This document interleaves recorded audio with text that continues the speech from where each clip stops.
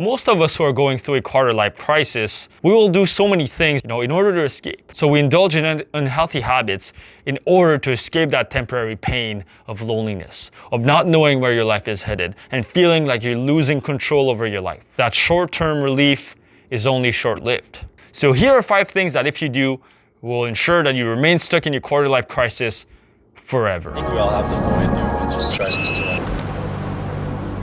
Number 1, you spend countless hours on social media. Social media is really designed for you to feel horrible about yourself. That's what I think. Because on social media, everyone is wearing a mask, right? And I wear a mask, by the way, to remind you of that fact, that when you see me on YouTube or you see me on social media, it's only a partial part of me. It's only the best part of me, the most productive part of me, the enlightened part of me, the smart part of me, whatever part of me you want to say, wise part of me.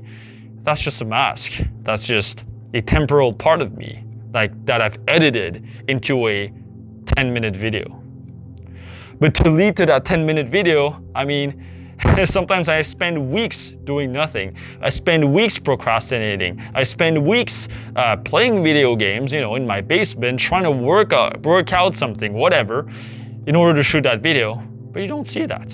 Point being that if you spend countless hours on social media, you will always be comparing yourself unfairly to what others are doing. And you always project the best things onto them, and you compare their best attributes to your worst attributes. And that will always keep you stuck, no matter what. And you will never win that comparison game. Even if you achieved everything you wanted, there will always be someone who's slightly better than you in that one thing, right? There's like this saying where no matter what you want to be good at, there's always a 12-year-old Asian kid in China that's better at it than you. So I guess point being, stop comparing yourself, period. Number 2 thing that actually might surprise some of you or a lot of you that will keep you stuck in your quarter-life crisis is if you spend too much time partying and socializing. This is a very counterintuitive one because you think, well, you know what? Like if you're feeling shit, isn't the best thing to do to just go out, seek out support and hang out with friends, party it up, drink up, whatever it is, right? And on the surface, those people could look like they're having a great time. But this is a consolation prize for not knowing where you want to go with your life, what you want to do with your life. Really, why are you socializing? Are you socializing because you genuinely want to? And by the way, if that's the case, then ignore what I said about this. Or are you doing it to escape? Or are you doing it because you don't know any better? Or are you doing it because all your friends are doing it and you're just following along? Or are you doing it because there's nothing better for you to do with your life?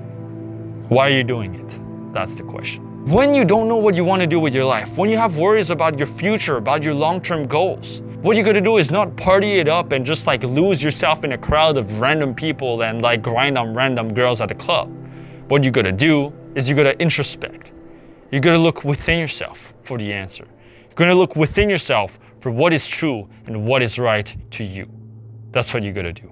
Another thing that will keep you stuck in your quarter-life crisis forever is if you isolate yourself too much and you don't seek out support. That's kind of like the extreme opposite of what I just told you. But think about it. Solitude is not a bad thing. It's actually a great thing.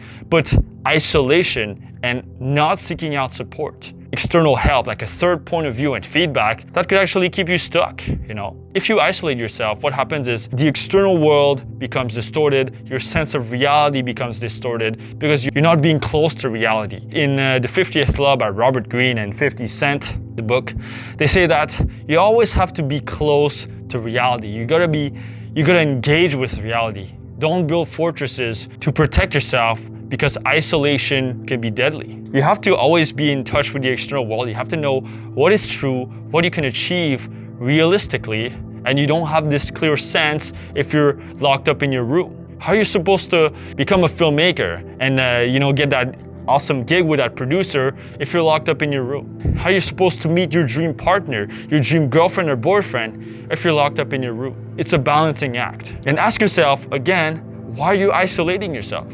Are you isolating yourself because you genuinely want to, and genuinely because you want to discover certain things about yourself and know your real self? Or are you isolating yourself because you don't know any better? Because you don't have any friends? Because you don't have any real friends? Because you don't have a girlfriend? Because you're afraid of what other people will think if you were to get out of your house? Now, those are signs that you want to look for. And as I said, you gotta strike the balance. Number three, the thing that will keep you stuck in your quarter life crisis forever is, I think some of you will disagree with me, some of you will have like a gut reaction, especially if you're cultural or whatever, following your parents' advice. You know, your parents, they have an ideal of what is best for you. Some parents are actually very realistic and have very good feedback to give you, but a lot of times, 90% of the time, your parents, they'll project onto you their broken dreams that they were unable to fulfill when they were younger, or they're gonna project onto you their ideal of the perfect child, of the perfect you. It's not something you can trust, because no one knows what's best for you more than yourself. No one will. In fact, like even if you were to get coaching with me, all I could do is point out to what will be best for you, but you have to do the work, right? You have to go within and find it. Not your parents, not society, no one else will. So yeah, this is a difficult one, and people, they listen to their parents' advice not because they believe it is true, but they follow it out of fear. Do you follow things? Do you act on things because you believe those things to be true, or do you act on those things because you're afraid? 99% of people act out of fear, not out of truth. Now you have to choose the way to overcome your quarter life crisis. Will you take the path of truth, your truth, what is best for you? Or will you take the path of fear because you're afraid of what your parents will say, or your friends will say, or what they'll think about you? Number 4 thing that will keep you stuck in your quarter life crisis forever is caring about what other people think about you. If you care too much about what other people think about you, basically you're saying that other people's thoughts, other people's imagination in their own head that they're projecting onto you is more important than you, is more important than your own vision, your own voice, your own authentic self. Well, that's a recipe for disaster, a recipe for being miserable. If you know, how you're supposed to be happy if you're always worried about what other people will think and say about you? How you're supposed to be happy when other people's worldviews and paradigms and ways of seeing the world is influencing your way of seeing the world, right? How are you supposed to be yourself? How are you supposed to know where you want to go if other people are dictating where you're going to go? Basically, if you care about what other people think, you're basically telling to everyone, hey, you know what? Like, decide for me. Like, tell me what to do. Tell me what's right. Tell me how to be tell me what's cool, what's popular. Tell me what I got to do with my life. If I cared about what other people thought, I would have never started this channel. I would have never gone on my life purpose. I would have never started a channel with a fucking black mask on my face. I would have never started any of that. I would have never gone to music festivals and pick up girls with a GoPro on my head and look stupid in front of everyone. I would have never done that. But I followed what I believed to be true to me, and I listened to my own voice, and here I am. Are you gonna keep listening to other people's noise? Are you gonna keep caring about other people's random imaginary things in their heads that have nothing to do with you? Or are you gonna start caring about yourself? Number 5, the last thing that will ensure you that you stay stuck on your quarter life crisis is you're not dreaming big enough. You don't have a clear vision for your life. You don't dare to dream bigger. You don't dare to go greater, like to go for amazing things. You don't dare reach for the stars. You don't dare do all that shit because you're afraid.